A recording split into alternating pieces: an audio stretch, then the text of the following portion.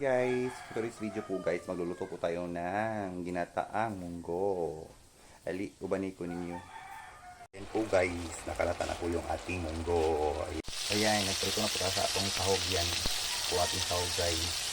Bulad na. Nakaprepare na po yung ating lamas at saka yung gulay po natin guys. Yung kalabasa, malunggay, tapos yung patola, tapos yung gata po natin guys. Ayan.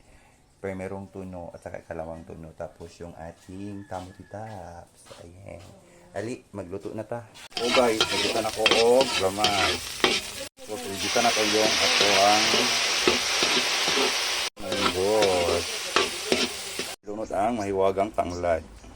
Yung ating kalabasa. Tapos ang atong ikaduhang tuno. Yan lang natin ng kaunting asin. Yung ating malunggay po guys. Ito na ilus. Yung ating kamuti taps.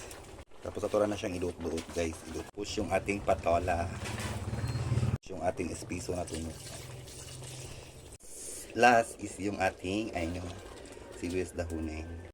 Ayan, luto na po yung ating ginataang munggo. Ang sarap-sarap niyan po guys. Dali, mga ona ta. Thank you so much for watching guys. God bless us all. Bye-bye.